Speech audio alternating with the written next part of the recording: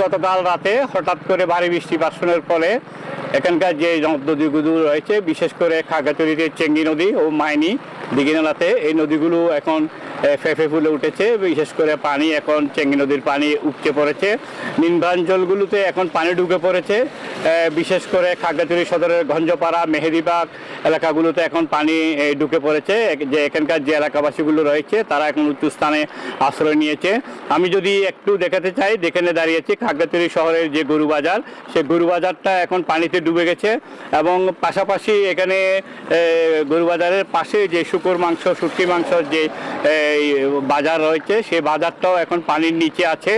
এখানে চেঙ্গি নদীর পানি বাড়ছে ক্রমে। যেভাবে বৃষ্টি হচ্ছে তাহলে দেখা যাবে যে এখানে বৃষ্টির পানি আরও যদি বাড়ে তাহলে এখানে নিম্নাঞ্চল আরও প্লাবিত হওয়ার আশঙ্কা দেখা দিয়েছে।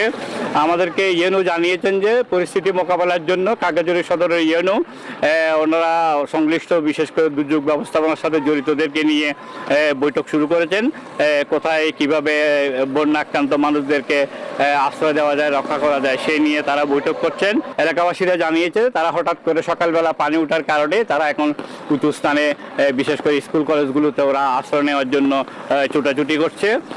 খাগড়াছড়ি সদরের চেঙ্গি নদীর পাড়ের গরুবাজার থেকে ছিল আমার খাগড়াছড়ির পাহাড়ি ডল নিয়ে সর্বশেষ তথ্য। আমি ফিরছি স্টুডিওতে।